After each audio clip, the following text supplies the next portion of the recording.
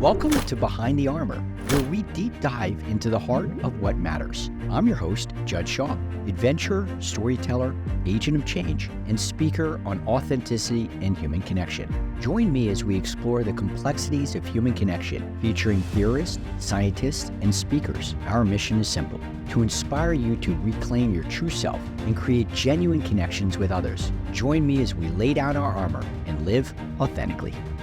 Hello, you beautiful people, and thanks for tuning in. Today, I'm speaking with Frankie Russo.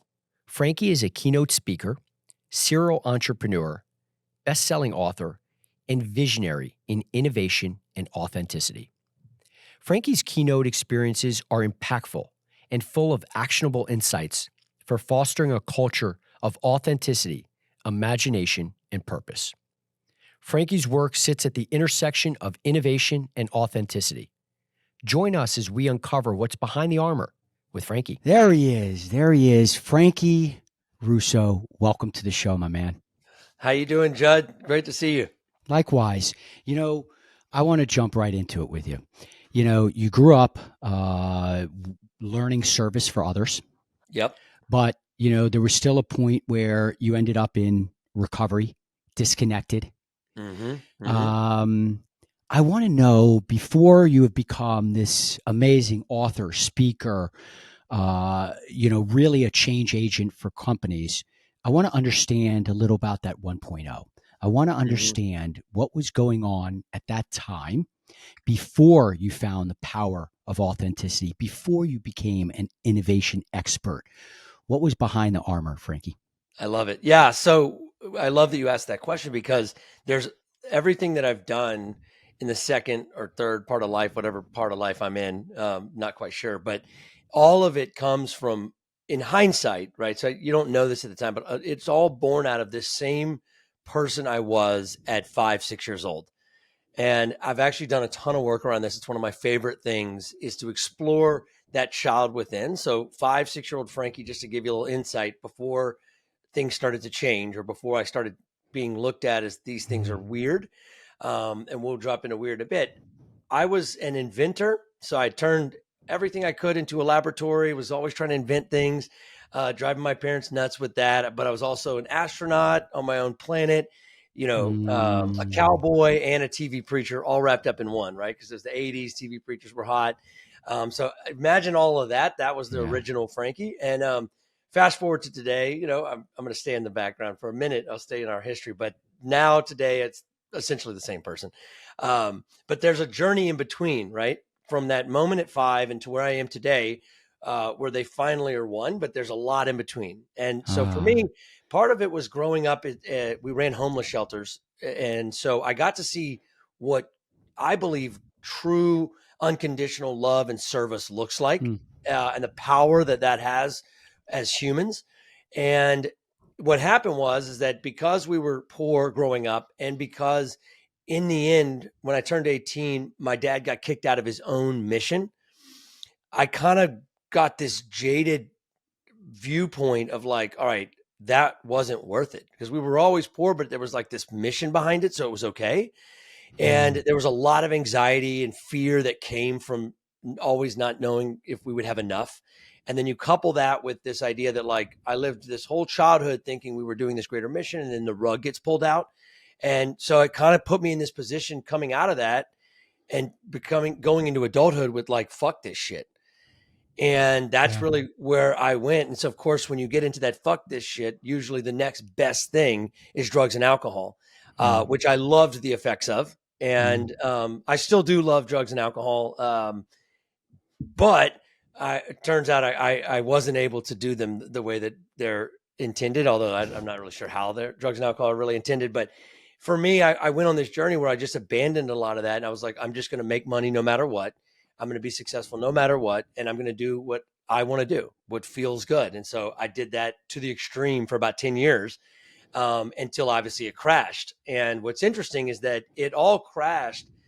The thing about getting sober, usually you have to have like multiple things happen to convince you that like you're a drug addict or alcoholic. Because up until then, you're like, nah, this is just a bad day, or I can control this. And for me, it was one of those deals where enough stuff happened, like marriage falls apart, my business crashed, which, by the way, I was in the mortgage business. And if you remember 2008, I wasn't the only person going up in flames. And, so that's happening at the same time. Plus, I'm like rampant addiction, and they're all kind of tied together. So '08 was a real breaking point for me. And I've had multiple breaking points that have been what have really kind of created who I am today. But that was a big one for me as an adult. But it actually was the beginning of the journey back up from the bottom in a way that was very, very different, with very, very different intentions, that actually were sustainable and have created the last 16 years. That's how long it's been since I got sober. And yeah, so that's a little tidbit. I don't know if that. It's great because what you've done is connect the dots that a lot of times we feel in transformations that we become something completely new, like a Mhm. phoenix rising out of Yeah. the fire, right? And the Oh, we ashes. were a caterpillar and now we're a butterfly or something. Right. And Yeah. that 2.0 is this newer version. But like you, for me, my story about drugs and I multiple rehab stints Mhm. and even hospitalization. I had my dark night of the soul.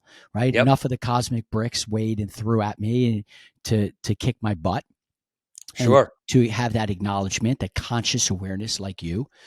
But what I find is beautiful is the way you express how it's not a yin and yang. It's not a black and white. It's not something different. It's like you upgraded your operating system.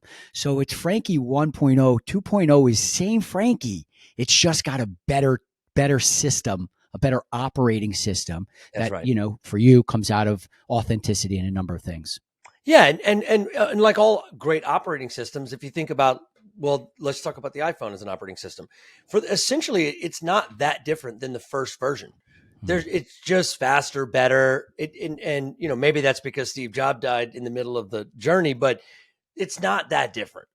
But that's because the original operating system was so good, Right. right? And when you Right. have a great operating system, which everyone does, by the way, Hmm. you don't have to upgrade the way that I think many of us think we're supposed to. In fact, that's actually the mistake. In an effort to try to go too far away from my original weird, that's Mm. what forced me to a crash and inevitably then led me back to Mm. the original coding. Our original coding is the best coding. Mm. That coding before, and it happens at different ages for people, but it's somewhere between 5 and 10 we start to change because we think we're supposed to. Right. Because what we were thinking at 5 and 6, what we were doing at 5 and 6 is weird. You know that, like, one of my big sayings is love your weird. Yeah. Well, that weird is not just piercings and tattoos and a bunch of external stuff. It's that weird kid that we stopped Yeah. being. Right. And Right. many people that are stuck right now, or many people that get into a place like they don't really know who they are or whatnot, it's such an amazing process to go back to that and get to a place where we actually refind who we are by going Mm. backwards. You know what? Now that you're saying this, I want a men's pajama party. I want to get into my pajamas again and have like a sleepover and hang out and Yeah. watch movies and like See, that's fucking weird, man. horror movies, right? Yeah. You're Totally a fucking fucking weird. weirdo, man. You know, so Frankie, at some point though, you do take that operating system at 5 and 6. I love how you place this because what you're really showing is that it's the narratives that we hear. It's other Hmm. judgment. It's other opinions. It's how we're supposed to Hmm. be. It's this. It's societal, blah, blah, blah. It's all these things become our belief system.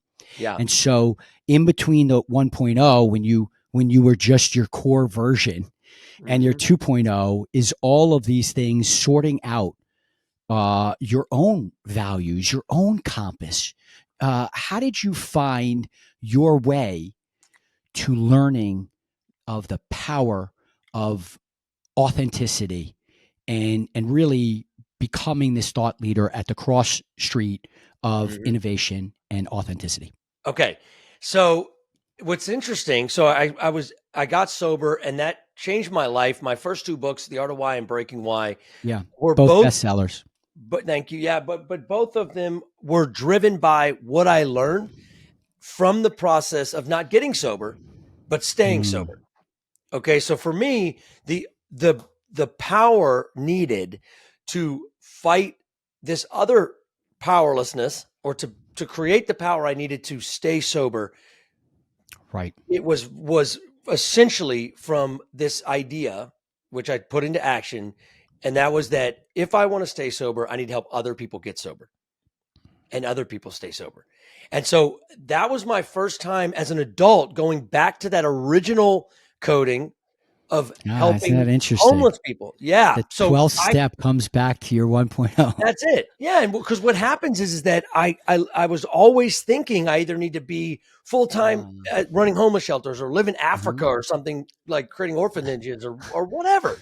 And Right. so or either that and you're poor, or you make money. There was no in between, and it was actually getting sober that I was able to refine what it meant to connect with a higher power, and what it meant to connect with people and myself, and what it meant to really fulfill that thing inside of me that I always knew was my purpose, which was to help others unconditionally. And it came in a very unsuspecting way. And I'm always surprised, even people that have gotten sober, they don't always put this together, that like all of the road that we go in sobriety is possible because of that final component. When I switch from this is about me to this is about you, when you start to practice that, and that's one of the things that's amazing, is that when you are a drug addict and alcoholic and you love drugs and alcohol as much as we do, it's top of mind. And so when you replace that top of mind with I'm going to help others, even people that are selfish like ourselves, that aren't traditionally the saint types, we find ourselves getting addicted to helping others, which is the absolute best addiction, zero hangover, and I believe it's the limitless drug.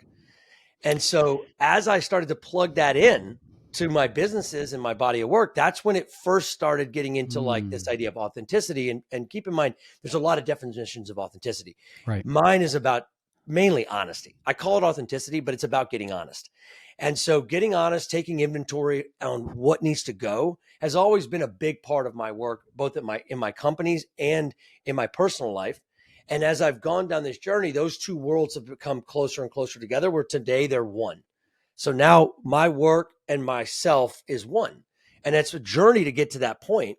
And what's great about it is that as I started to plug what I learned in my personal life into my businesses, that's what made the difference with several of my companies that have had exceptional success.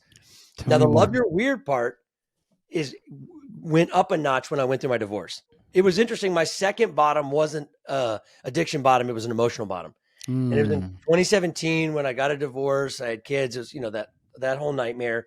But in that process, I realized that what had happened is that I had gone for many, many years living this inauthentic existence, and that I had been doing all these things unknowingly, maybe subconsciously, whatever you want to call it. I've been doing all these things, especially externally, especially as it related to work, trying to overcompensate for the fact that I didn't feel like I was enough. So my relationship to shame and not feeling like I was enough had driven this inauthentic existence. And it all kind of just came to a head and crashed out when I finally like called it and was willing to go through the process of a divorce, blah, blah, blah. And during that process, that was when this concept came to me. And it was this idea. It actually happened at this place called Onsite, where I was doing all this work around inner child. So and it's about like reconnecting with it. And we're writing letters to our 6-year-old self and all this stuff. And the day before it ends, I have this epiphany, and that what I've been doing wrong is that I have not been loving my weird. I've been fighting the weird. And the reason I call it weird, because, I was on a podcast yesterday and Susan was like, well, that's not that weird, when I was talking about what I was into as a kid. And yeah, it's not. Once you adopt it, you're passionate about it, and you plug that into work, people love it, right? Because it turns into innovation. Yeah. Right. So what happened was, after I went through this whole thing with me personally realizing that loving my weird, even if you don't look weird, it's the inside job of loving your weird and re-embracing that, like, even if it's ridiculous or even if other people think it's weird, like, I'm going to own my own agency and I'm going to love that. Right. And I'm going to come pull that forward. So that's when the authenticity part became big. But when I started plugging the love your weird concept into work and also applying it not to just authenticity, but imagination and the role of imagination at 5 and 6, and then this idea of generosity, which has already been part of my story as I've grown. Our 5-year-old self is the most authentic, most imaginative, and most generous. If you think about generosity as the opposite of scarcity, right? And you think about it as abundance, and also generous, no kid wants to really play by themselves, right? They want to play together. And so you put that together and you realize that 5-year-old version of us is the secret unlock to continuous innovation. Mm-hmm. And so, and just so happened during that same time, I decided to really go all in on actually finally inventing something as an adult. So I invented hundreds of things as a kid. Most of them didn't work. Hoverboards, time machines, all that kind of stuff. This was different. I invented something that worked, and it was innovation. It was software. And that actually was from every single person working together. We created what I call a make-believe company, and we made a product that we imagined into a reality, and then we made everyone believe in it.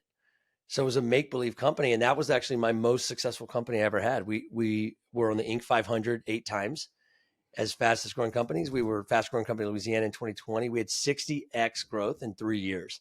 And I attribute a lot of that to the culture of continuous innovation that was born out of this journey being pushed forward into a work environment.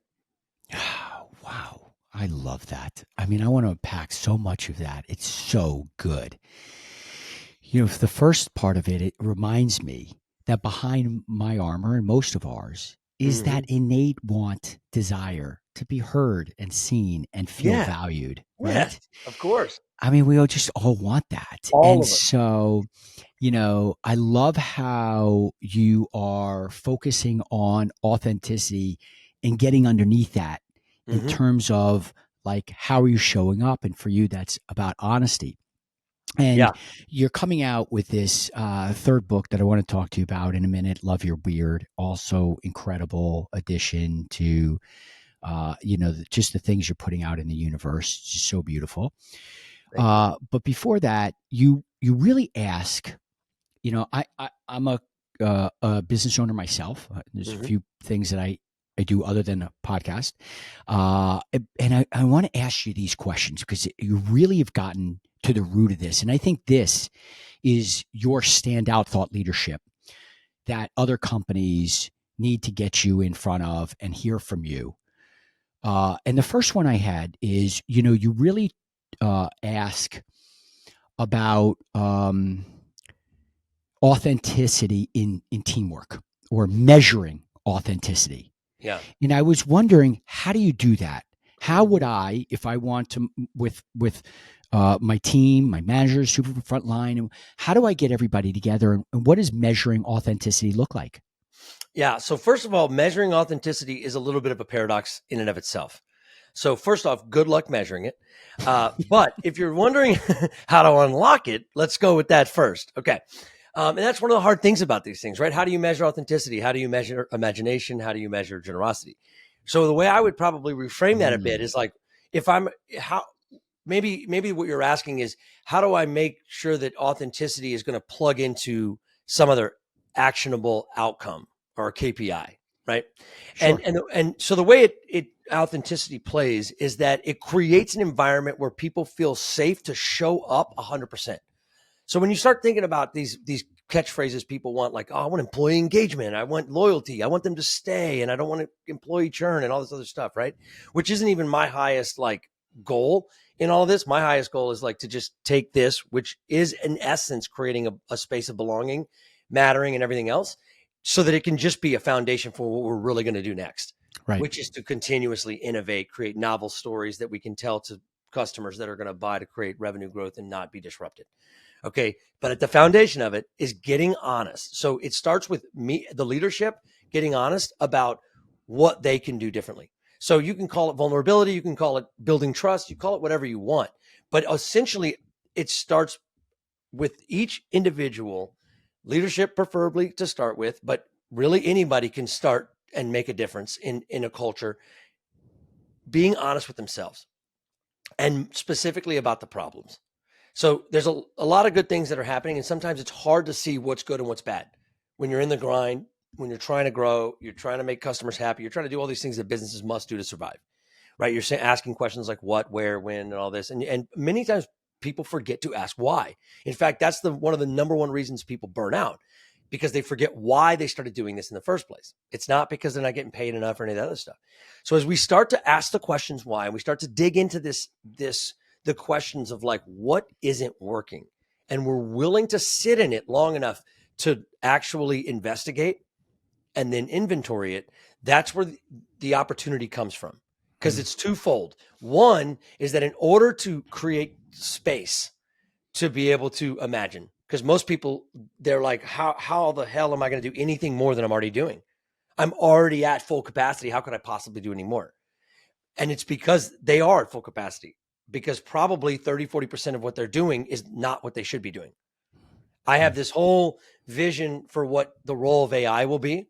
In fact, I have a TED Talk at the University of Florida in April, and it's essentially about what we came here to be, what our weird is, what our contribution is that is the maximum usefulness to the world and even to our organization, and what should be automated. Like, everybody's so scared that like, oh my God, AI is going to automate all this stuff. And I'm thinking, thank God, because whatever AI can automate is the shit that should be automated anyway. Right. And so the question is, one, how are you going to augment and use it? And then two, what are you going to do? Right. Like, great question. Great question. What am I going to do? Like, I love that question. And so getting honest about that, because a lot of people are, they're not really looking at the problem. So the twofold piece, and I know this is a long answer, but I'm almost done. So the twofold component of this is that, one, it's figuring out, okay, what are the problems, what I need to get rid of, but also the problems themselves are the opportunities. So as you investigate and get honest about what the problems are, that's where the ideas for solutions, for novel products, novel innovations come from that.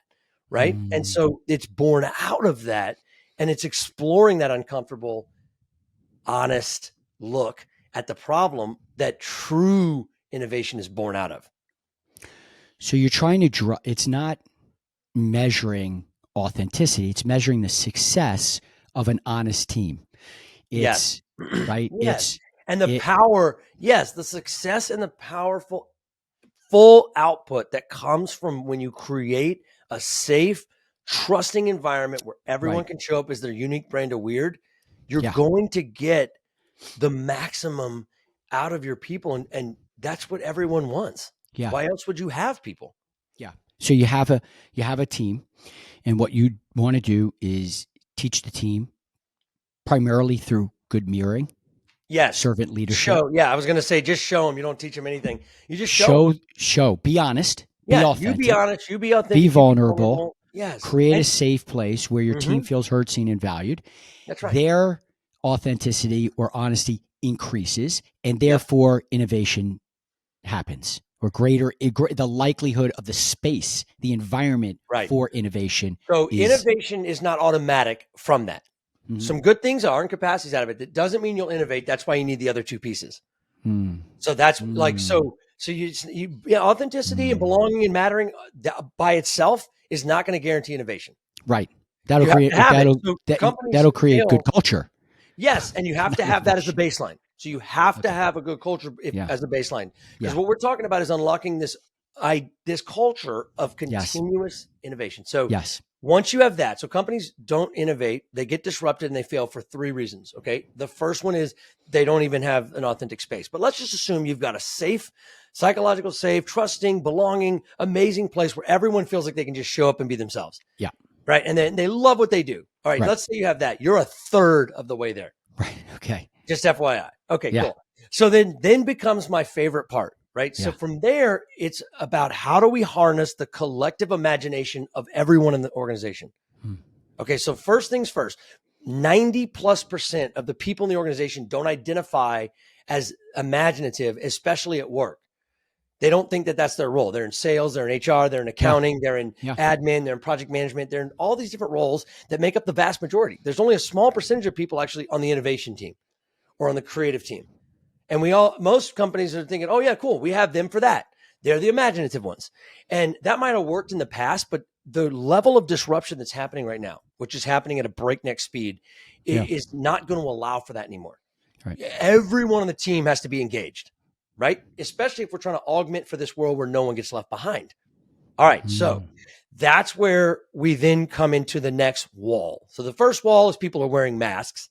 They're not showing up as themselves and it's hindering it. That's the authenticity. The second wall is I don't identify as imaginative. And that's where the work becomes about, all right, let's take a beat and let's start talking about what were you into at 5, 6 years old? Yeah. Like the middle of my keynote experience, I take a break and the whole room erupts because they're all telling their neighbors what they were into at 5 or 6. And then they share that. And we start talking about the fact that there's science behind this, by the way, is that every single person is imaginative at a genius level. Yeah. At one point in their life. Yeah. And that's at 5 years old. And I don't know if you've heard any of these studies that have come out. NASA had done one where they gave the same test they give their employees. Yeah, the genius dropped down as they got older. That's right. The Because we were geniusness. taught to be more convergent, more math, more logic. And look, you have to have logic, but we already know that. I don't need somebody to tell me that we need to hit our sales goals. I don't need someone to tell me that we're off on our KPIs. Like clearly I'm getting slapped in the face every day at breakfast with that. What I need to do is create more space where people can be imaginative. So one, you have to actually create the time for that. And you have to introduce exercises like one I love to use is called what if. It's the what if exercise, right? What if the clients or what if the budget or what if whatever constraints we have were not an issue? Or what if I was trying to solve this as my 5-year-old self? And as silly and dumb and ridiculous as that sounds, give it a shot, because right now, whatever you're doing a lot of times isn't working. You're not coming up with anything new. You're doing the same things as you've always done and expect a different result, which obviously is insanity. And so these are ways to start to change the culture of what matters in what we do. And so, and here's another one. So what if is an awesome one, like that you should be doing at least once a week, because that leaving that space. And then the second thing is when you do create these spaces, right, where you're brainstorming or you're, all these different things, ideas, and you're bringing everyone together. This is only works, by the way, if you already have created that space where people feel like they can say something and it's dumb. Right. Right. So that's why the authenticity has to happen first. But then if you create the space, one really easy tool, okay, that we did was that we started making a rule that when we were going to brainstorm ideas, we were never going to make a decision on what the action was going to be in the same meeting.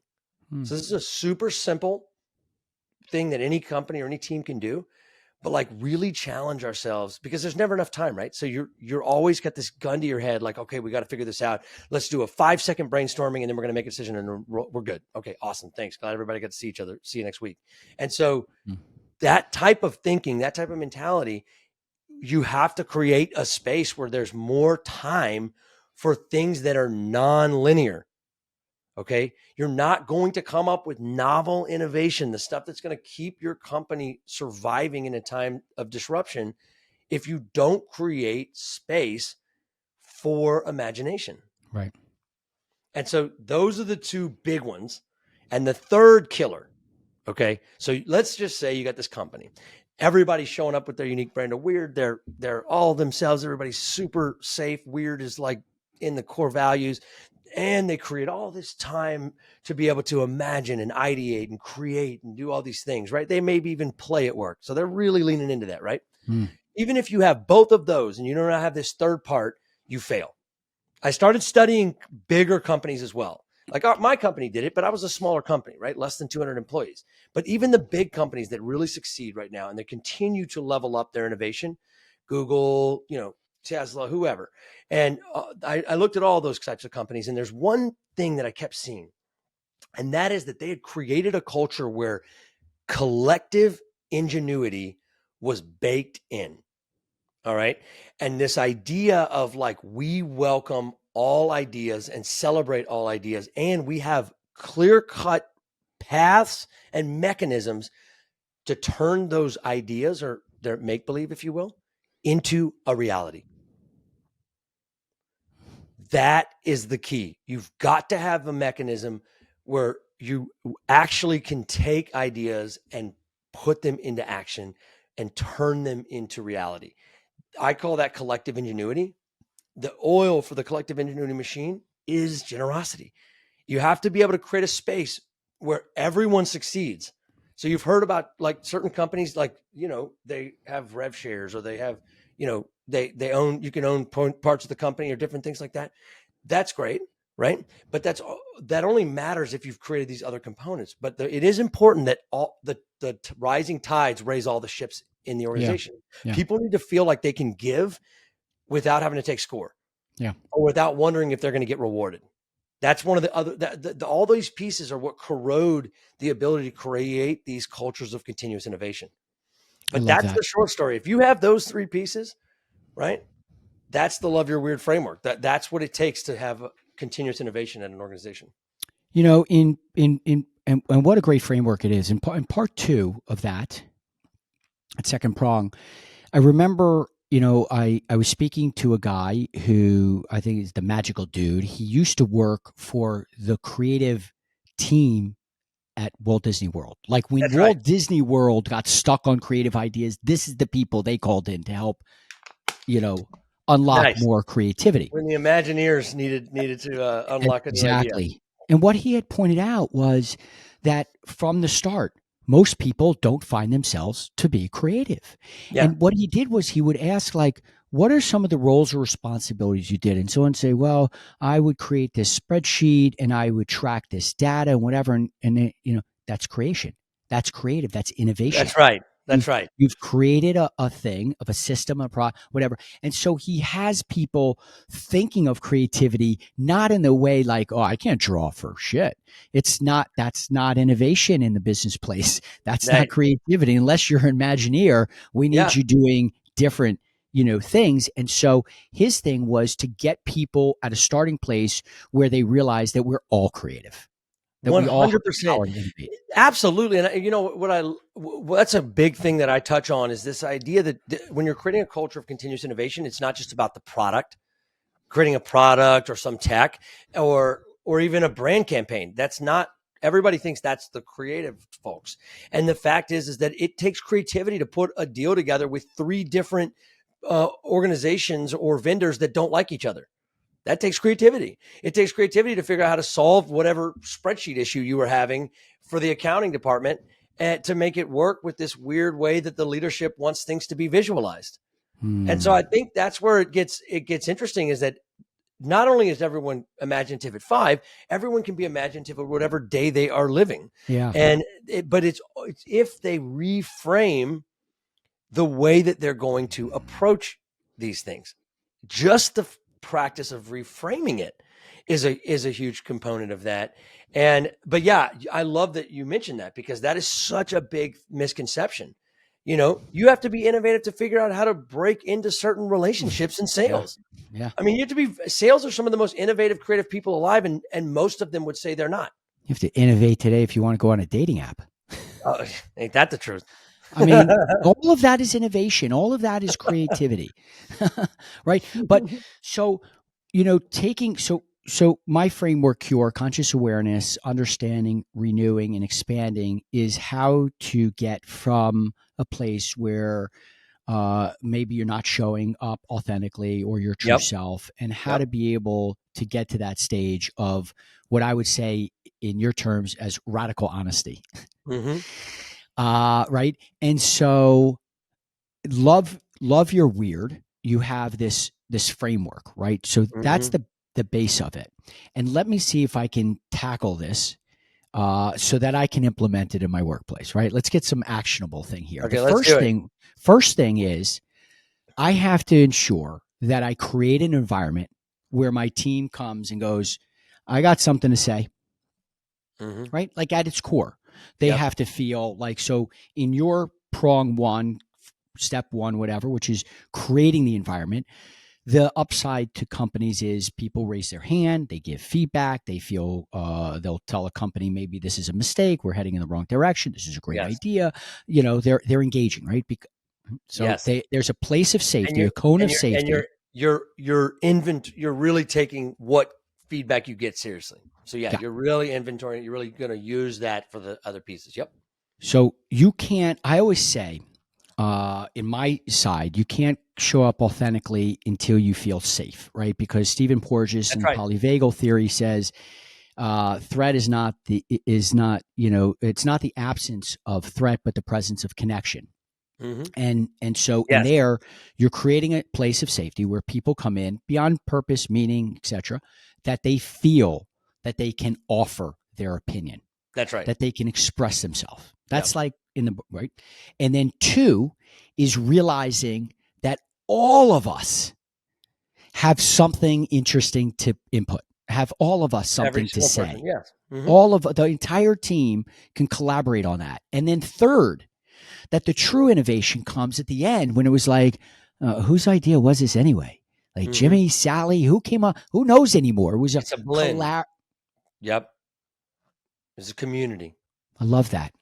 Yeah. It's a community of Imagineers, if you will.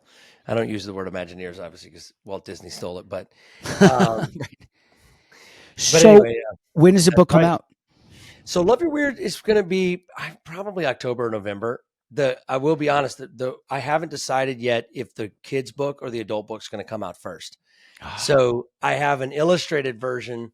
I probably will put the kid one out first because my kids are pushing me. I've got 6 kids, by the way, I because know. I got remarried, I know. We're and going to get into that. yeah, so that was awesome, and I'm loving that. But one of the biggest things is I really want to do something different. And in the spirit of Love Your Weird, in the spirit of like doing something different, I want to put out 2 different versions of the book. And one's fiction, one's nonfiction. So obviously the Yep. nonfiction is kind of like the business book. So, Sure. for the people who want to read that. But the fiction one is shorter, probably 25, 30 pages. And it's It has actually to be. about, What age do you want to do it? yeah, okay, so watch this. So you mean who's the audience? Who's your reader? So the reader's going to be between 5 and honestly 8 or 9. Okay. 5 and 8 or 9 will be the Yeah. audience, but in my Yeah. house, it's going to be 5 and 13 because that's how old my kids are. There All you right. go. And I have an 11-year-old about to be 12 that wishes they were 5. So, I've got some Peter Pans still living Yeah. strong. Yeah. But anyway, so the illustrated version, the fiction version, is actually a story about a man our age, kind of middle aged, is stuck and going through a lot of the same things I've gone through, and he just so happens to stumble upon a time machine. And this time machine actually has one button in it. There's no controls or anything. There's just one button. And so of course he's, so desperate and doesn't really know. He doesn't ask any questions. He just pushes the button. Right. Go back to 5. And so he goes back to when he was 5 or 6 years old and back. So this, for me, that would be like 1986. So he goes back to 1986, but it's an alternative 1986.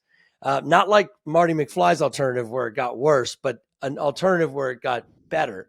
So in 1986, he goes back to a version of 1986 that is the imagination land of himself at 5. So the whole middle of the book is this experience where he's in this alternate universe that is the imagination that I had created at 5.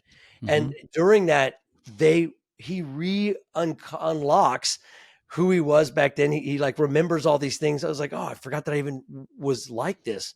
And so he ends up finding, authenticity. They play with imagination. They invent all kinds of things. And in this version of the reality, they work. So the hoverboard works, the time machine works, all of that. Everything works. In fact, it was his 5-year-old self that had built the time machine to begin with. Okay. And so, and then when he comes back at the end, it's kind of like this, like Ebenezer Scrooge type journey where he is able to bring that kid with him, even though it's just the spirit of that kid into the existing reality and the present. So, yeah. So there you go. So I'm pretty excited about that version, obviously. I love it. Get that one. For me, I wrote a children's picture book. I have Oh, three that's books right. I now. forgot that. Okay, awesome. So you're One like is a pro at this. published in Barnes and Nobles and Amazon. You could order online. And the Okay, second yeah, yeah, book, yeah. Remind me second which one is the I need to get that book Sterling the again. Night. The first book, my book series, is intended to teach children emotional, social, developmental skills. The first book, Love Sterling it. the Night, and Nugget the Dragon, teaches empathy. The second book, which will be published June 4th, is Sterling the Night. Sterling the Night and the Sloan Fall Tournament. Book 3 will come out in the holiday November, December of this year, and that'll be Sterling the Night and the Connection Cure. How did I And not know all this? I mean, oh okay, yeah, so I didn't know I didn't even ask questions with your background. I mean, I knew it was a weird background for a podcast, but like now that makes sense. I'm like, what the hell is he like doing the podcast at a school or something? yeah, So it's Sterling the Night. yeah. Okay. So How did I miss that? Well, so, for me, that was my inner child work. Yeah. Sterling the Knight is really my inner child. It's my Yeah. ability to go back Love and it. be this little knight in shining armor that I always wanted to be, and go Hmm. and service to others and be this, hero. But Beautiful. and writing the book really was a deep way of being able to connect with that self, right? And Yeah. I love that you did the inner child work too, because I think it was so important for me to first feel heard, seen, and valued in my 5-year-old, my 11-year-old version, right? I wrote that letter myself. I wrote that version to the 11-year-old who actually attempted to commit suicide. That was a real attempt at 11 years old, Frankie. And so I had to write a note to that version in saying, I'm sorry I wasn't there for you at that time, right? But I'm here Hmm. for you now. I'm Hmm. creating healthy boundaries. We're making good decisions. Beautiful. And I went down that way. But the children's book was my way of both exploring the depths of human connection. There's nothing more connecting than a caregiver and a child and a picture book Hmm. right on your lap, Yeah. right? Wow. And so I've focused on keynote in the workplace, but the children's picture stuff was my jam and is my jam, and That's I'm happy to amazing. help you in any way. Okay. Absolutely, So the yeah, book I'm has to be definitely 32 pages, by the way. You can't say too how much. many? It has to be minimum 32 pages Yeah, well, there you exactly. have it. So my book will Yeah. be 32 or more pages. This just in. No, you for know, sure. And it's so easy with a kid's book because you just add more pictures. Yeah, right. But you That's know, huh, I love that I know that now. See, every day I uncover some other connection with another thought leader that I didn't mm, expect. I mean, just this morning I was on the phone. I called her just to congratulate her on this incredible new like slogan that she came up with. It was Britt Frank. I don't know if you yeah, saw that of this course. morning. So I immediately called her because I owed her a call and like I knew she was in psychology. I knew she had this new great book, The Science of Stuck. And what I didn't know Yeah. was that in her previous life, she did unscripted TV shows. And so we're like talking, and she's like, "Okay, I got to ask you a question." And she says, what do you see like the end result of this whole keynote speaking thing? Like, what's next? I'm like, well, I don't know. I just love helping people, and I want to do that at Yeah. scale. She's like, all right, Yeah. I'm going to put something out in the universe, and I don't know if this fits. And I was like, oh God, what is she about to say? You should run for president or some crap like that. And she was like, you know, you need to do a TV show where it's the home makeover type version, but for businesses. And you come Mm. in and all the B rolls with your 6 kids, and you come in and you do the Love Your Weird framework, and you help companies unlock continuous innovation on TV. And I was like, wow, holy shit, Britt.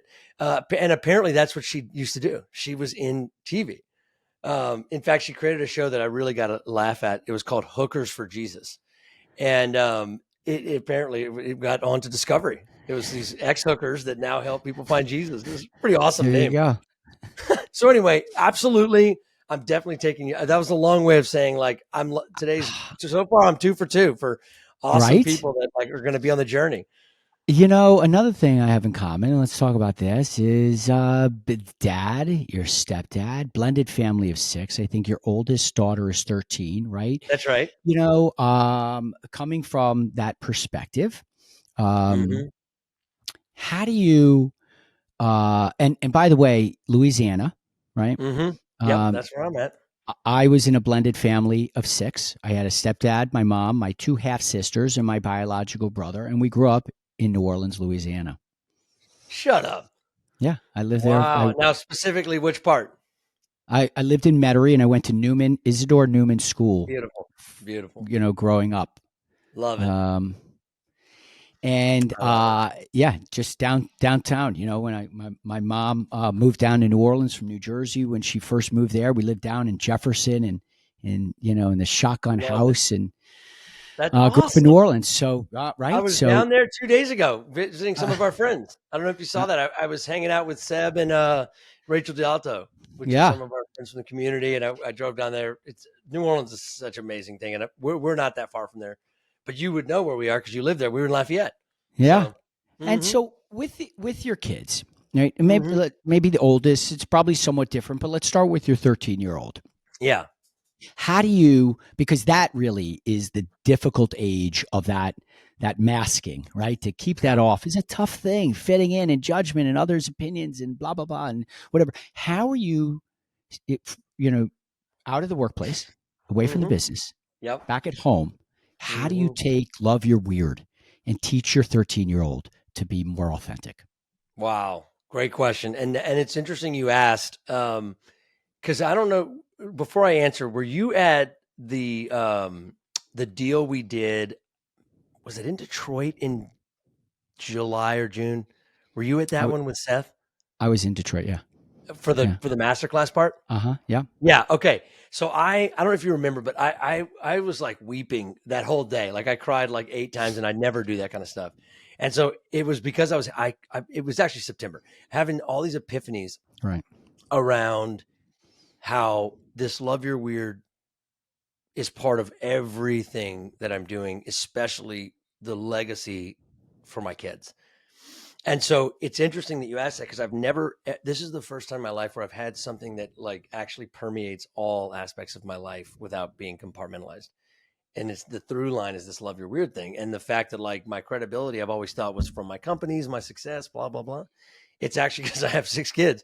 That's actually the most credibility I have to talk about the nature of what the childlike spirit can unlock. And so to your point, my wife and I both, probably my wife even more than me, believe that the most important thing is that the kids feel like they can always come to us and talk to us. Like that is above all other things. It's Mm. above rules. It's above discipline. It's above, did you say a curse word? Being It's able to above be any of it. honest. Yeah, because here's what happens. Okay. And because I went through this. The reason why my mission is honesty is because I am very familiar with what it's like to be a liar. Mm. Yeah. So you don't get Me into too. honesty as hard as I have unless you've lived the maximum. You've already, how did Denzel say it in that movie Flight? You remember Flight? Did you see that? Yeah. What? Okay, first of all, Flight is an incredible movie as it relates to drugs and alcohol. But at the very end, he has an opportunity to tell a lie and he would be free, as opposed to like go to jail for having flown an airplane drunk. Uh-huh.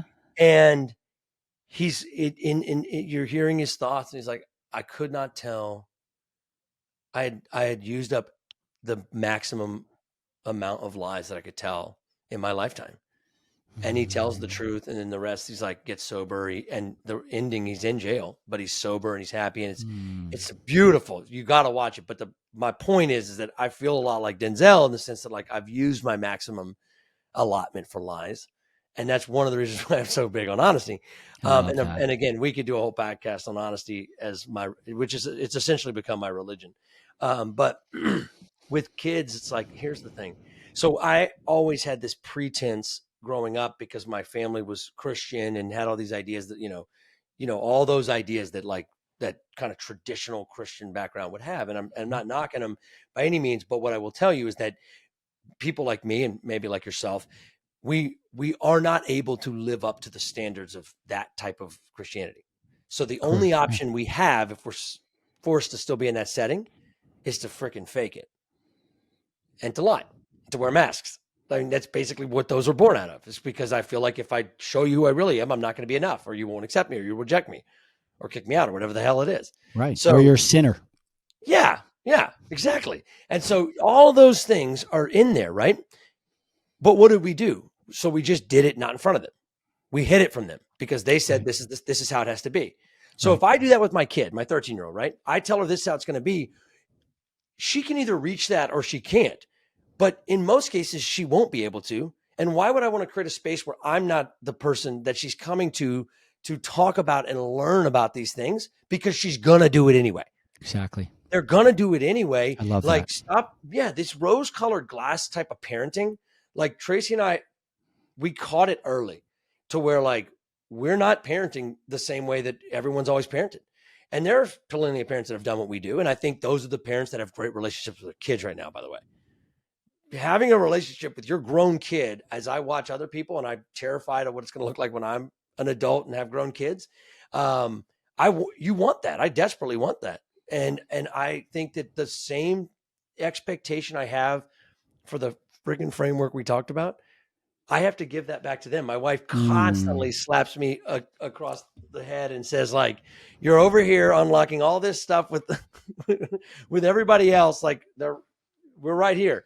So she's always keeping me accountable to make sure I'm implementing and prioritizing authenticity, imagination, and generosity at the house. Okay, because it's way harder to do at the house than it is to do at work. I'll tell you that. But not the least less important. Oh Because what no, you're it's talking 10 about times more important. Yeah, is generational, right? yeah. You by Frankie, that's why I say authenticity is your superpower. Mm-hmm. Because when you're mirroring your vulnerability, your honesty, your Mm-hmm. ability to say, this was my 1.0, it's not who I am, it's part of who I became. Yep. And own that.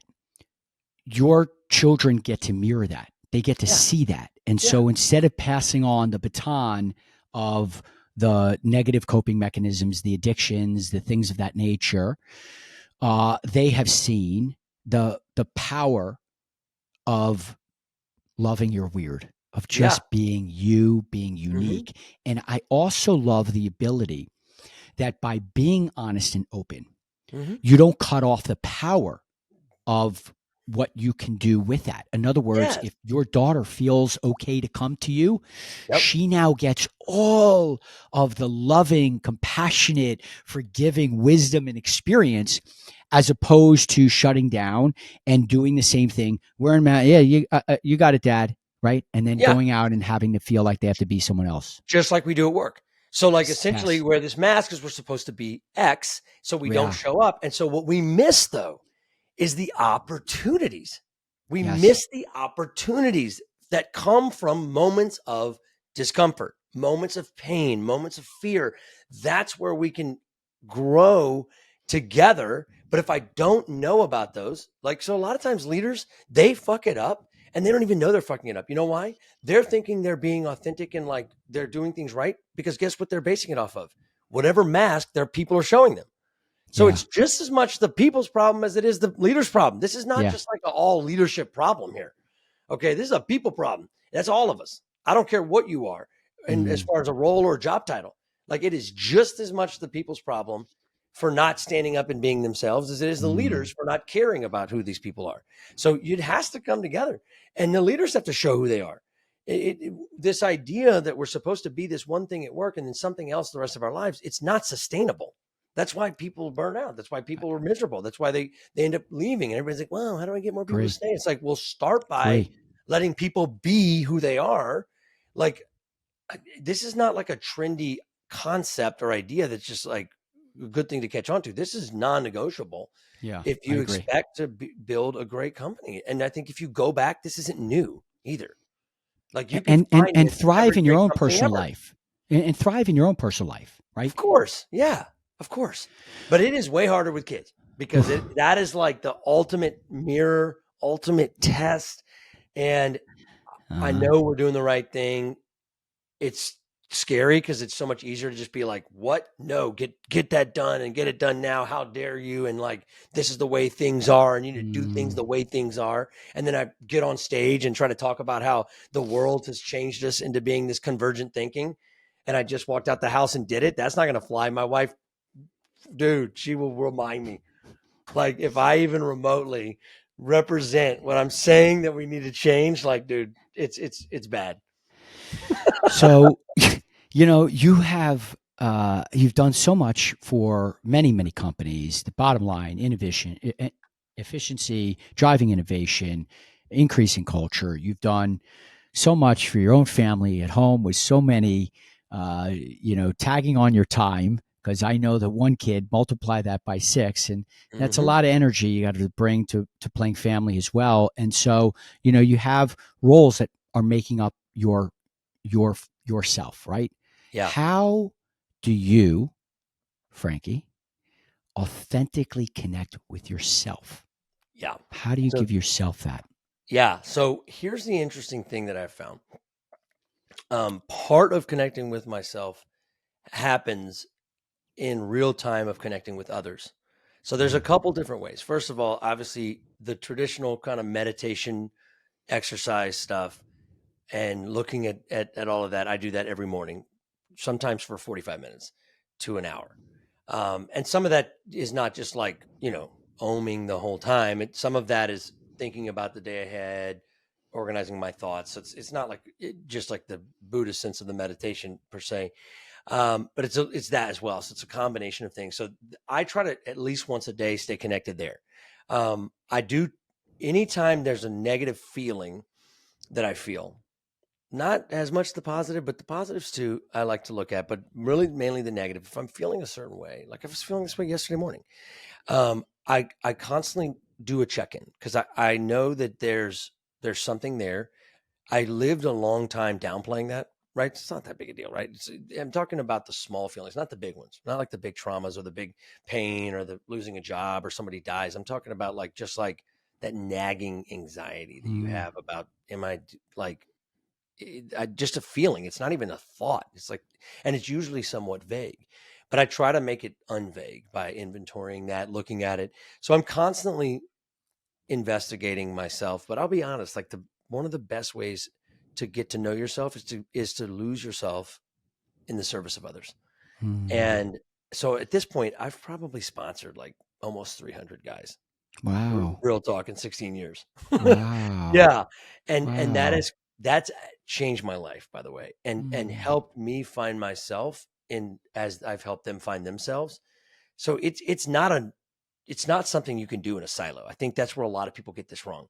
They think that like getting to know themselves can only happen in the woods or should happen in the woods. And it does. There's times when you need to be in the woods. But you will find more about yourself by being in the service of others than you will being by yourself. And that's the Mm. beauty of human connection and human community that I believe is by design, to force us into community with each other. Frankie, two-time best-selling author. Book coming out. It's going to be another bestseller. Love Your Weird. You're a future children book author.